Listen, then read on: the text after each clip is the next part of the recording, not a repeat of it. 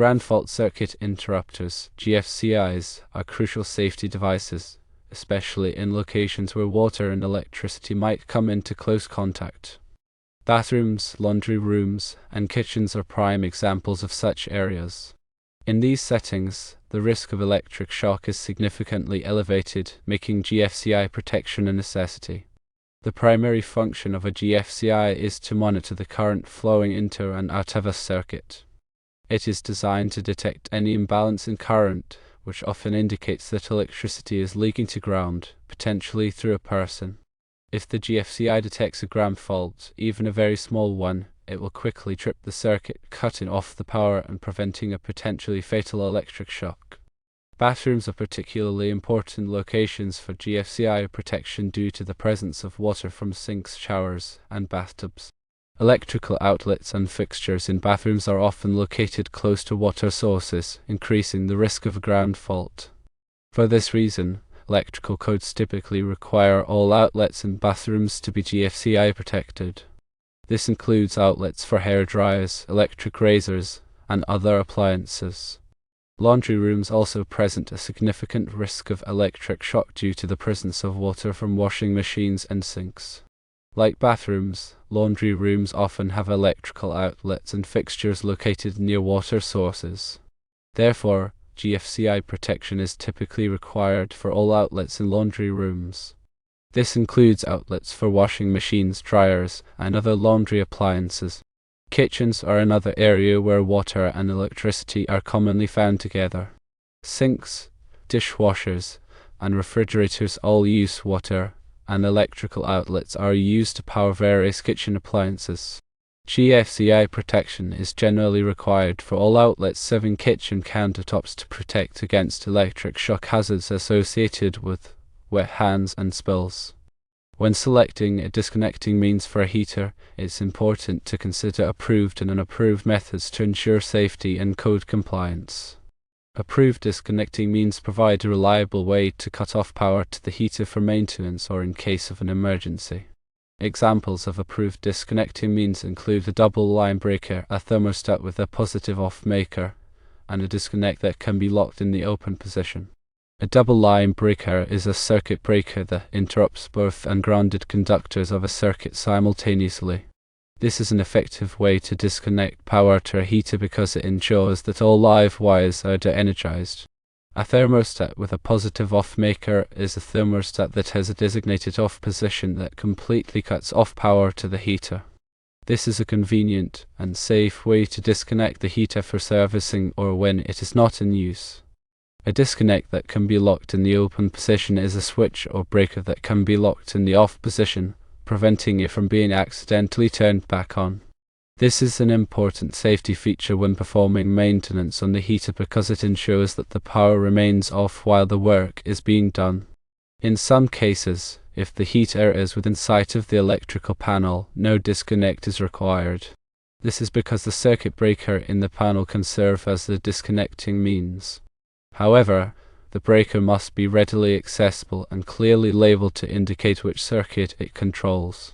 An unapproved disconnecting means is a method of disconnecting power to a heater that does not meet safety standards or code requirements. An example of an unapproved disconnecting means is a panel cover with a lockable cover. While a lockable cover can prevent unauthorized access to the panel, it does not provide a reliable way to disconnect power to the heater. The heater remains energized even with the panel cover locked, creating a potential hazard. When installing or maintaining a heater, always use an approved disconnecting means to ensure safety and code compliance. Consult with a qualified electrician if you have any questions about selecting or installing a disconnecting means for a heater. Regarding ground fault circuit interrupters, GFCIs, let's delve further into their operational principles and code requirements. GFCIs are designed to protect people from electrical shock by monitoring the current flowing in a circuit. Normally, the current flowing through the hot wire should equal the current returning through the neutral wire. However, if there is a ground fault, some of the current will flow through an unintended path, such as a person's body. The GFCI detects this imbalance in current and quickly trips the circuit, cutting off the power before a dangerous shock can occur. GFCIs are required in many locations by electrical codes, including bathrooms, kitchens, laundry rooms, and outdoor areas. The National Electrical Code, NEC, Section 210.8 provides specific requirements for GFCI protection. In bathrooms, GFCIs are required for all 125 volts, 15 amps and 20 amps receptacles. This includes receptacles located on countertops, near sinks, and in other areas where water is likely to be present. In kitchens, GFCIs are required for all 125 volts, 15 amps and 20 amps receptacles that serve countertop surfaces. This is to protect against electric shock hazards associated with wet hands and spills. GFCIs are also required for receptacles within 6 feet of a sink in kitchens. Laundry rooms also require GFCI protection for all 125 volts, 15 amps and 20 amps receptacles. This is to protect against electric shock hazards associated with washing machines, dryers, and sinks. Outdoor areas also require GFCI protection for receptacles that are readily accessible. This is to protect against electric shock hazards associated with wet conditions and contact with the ground. GFCIs are available in several different types, including receptacle type, circuit breaker type, and portable type. Receptacle type GFCIs are installed in place of standard receptacles and provide GFCI protection for that specific outlet. Circuit breaker type GFCIs are installed in the electrical panel and provide GFCI protection for an entire circuit. Portable type GFCIs are plug-in devices that can be used to provide GFCI protection for temporary applications. When installing GFCIs, it is important to follow the manufacturer's instructions and to test the GFCI regularly to ensure that it is working properly. The test button on the GFCI should be pressed monthly to verify that the device is tripping correctly. If the GFCI does not trip when the test button is pressed, it should be replaced immediately. Now let's expand on the topic of disconnecting means for heaters. Disconnecting means are required for heaters to provide a safe and reliable way to disconnect power for maintenance, repair, or in case of an emergency. The National Electrical Code, NEC, Section 424.19 specifies the requirements for disconnecting means for electric space heating equipment. The disconnecting means must be readily accessible and located within sight of the heater or be capable of being locked in the open position. This allows for easy and safe disconnection of power to the heater when needed. As mentioned earlier, approved disconnecting means include a double line breaker, a thermostat with a positive off maker, and a disconnect that can be locked in the open position. A double line breaker is a circuit breaker that interrupts both ungrounded conductors of a circuit simultaneously. This is an effective way to disconnect power to a heater because it ensures that all live wires are de-energized. A thermostat with a positive off maker is a thermostat that has a designated off position that completely cuts off power to the heater. This is a convenient and safe way to disconnect the heater for servicing or when it is not in use. A disconnect that can be locked in the open position is a switch or breaker that can be locked in the off position, preventing it from being accidentally turned back on. This is an important safety feature when performing maintenance on the heater because it ensures that the power remains off while the work is being done. An unapproved disconnecting means, such as a panel cover with a lockable cover, does not meet the requirements of the NEC and should not be used. While a lockable cover can prevent unauthorized access to the panel, it does not provide a reliable way to disconnect power to the heater. The heater remains energized even with the panel cover locked, creating a potential hazard. In addition to the requirements for disconnecting means, the NEC also specifies requirements for the wiring and overcurrent protection of electric space heating equipment. The wiring must be of sufficient ampacity to carry the load of the heater, and the overcurrent protection must be sized appropriately to protect the wiring and the heater from overloads and short circuits. When installing or maintaining electric space heating equipment, it is important to follow all applicable codes and regulations to ensure safety and proper operation. Consult with a qualified electrician if you have any questions about the installation or maintenance of electric space heating equipment. Furthermore, let's consider the specific applications and nuances related to GFCI protection in different areas. In bathrooms, the requirement for GFCI protection extends to all receptacles, regardless of their location relative to sinks or water sources. This comprehensive approach recognizes the inherent risk of water exposure in bathrooms. Even receptacles that are not directly adjacent to sinks can be subject to splashes or spills, making GFCI protection essential. Moreover, any hardwired electrical equipment in a bathroom, such as a lighting fixture or a fan, must be on a GFCI protected circuit. In kitchens, the GFCI requirements are more nuanced. GFCI protection is primarily required for receptacles serving countertop surfaces, as these are the areas most likely to be exposed to water. However, receptacles that serve appliances such as refrigerators, dishwashers, and garbage disposals typically do not require GFCI protection, as these appliances are assumed to be less likely to be used in wet conditions. Nonetheless, local codes may vary, so it's crucial to consult with a qualified electrician or local building officials to determine the specific GFCI requirements for a particular kitchen. Laundry rooms, like bathrooms, require comprehensive GFCI protection for all receptacles. This is due to the presence of washing machines, dryers, and sinks, which all pose a significant risk of water exposure. In addition to receptacles, any hardwired equipment in a laundry room should also be GFCI protected. Outdoor areas present unique challenges for GFCI protection. Receptacles located outdoors are exposed to rain, snow, and other environmental factors, making them particularly susceptible to ground faults. For this reason, the NEC requires GFCI protection for all readily accessible outdoor receptacles.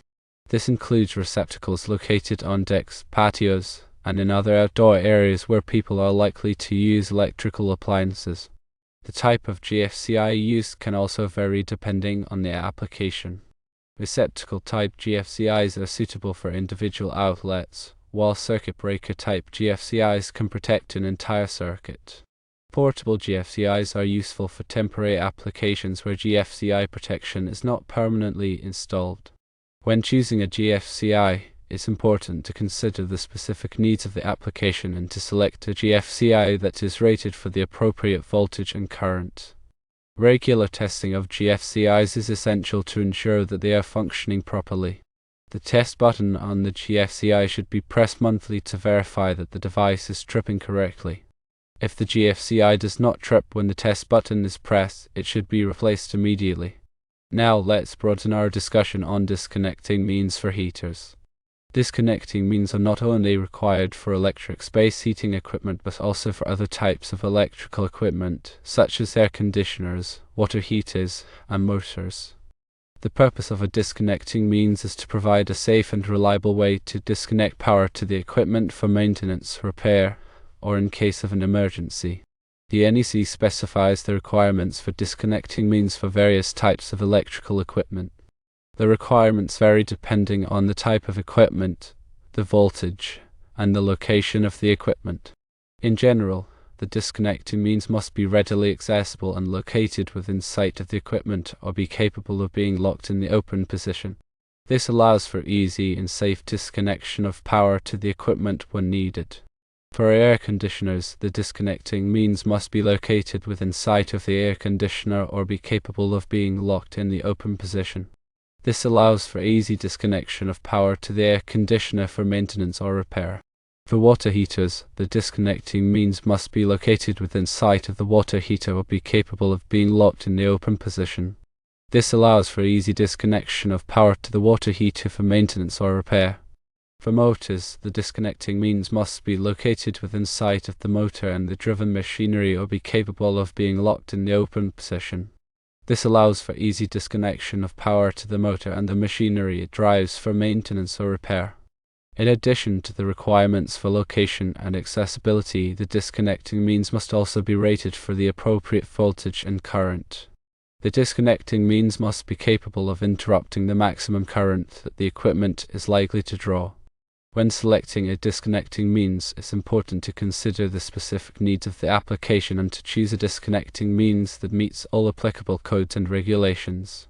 Consulting with a qualified electrician is always recommended when installing or maintaining electrical equipment to ensure safety and compliance.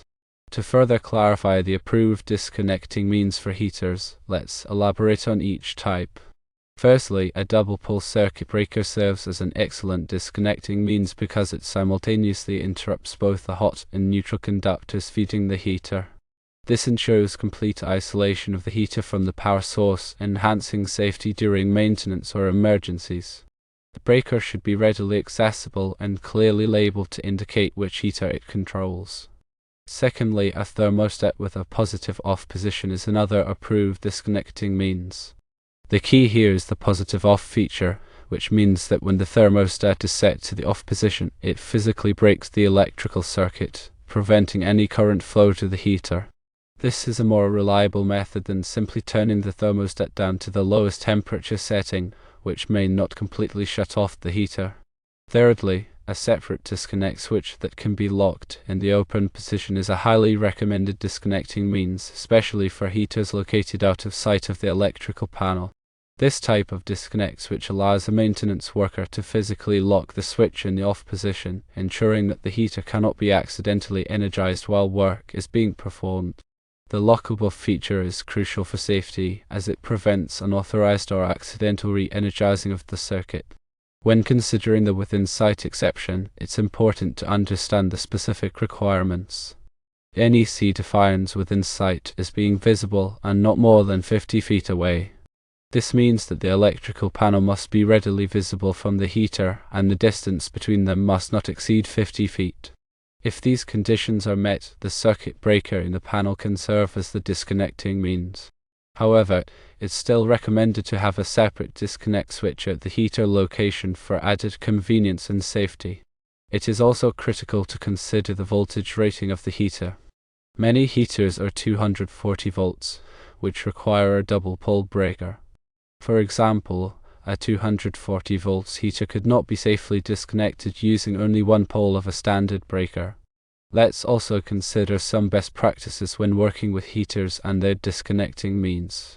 Always turn off the disconnecting means before performing any maintenance or repairs on the heater. Verify that the power is indeed off by using a voltage tester to check the heater's wiring. Never assume that the power is off just because the disconnecting means is in the off position. Tag the disconnecting means with a warning label to indicate that work is being performed in the heater. This will help prevent accidental re-energizing of the circuit. After completing the maintenance or repairs, double-check all wiring connections and ensure that the disconnecting means is properly reinstalled and functioning correctly. Finally, it's essential to consult with a qualified electrician if you have any questions or concerns about the installation, maintenance, or repair of heaters and their disconnecting means. Electricity can be dangerous, and it's always best to err on the side of caution.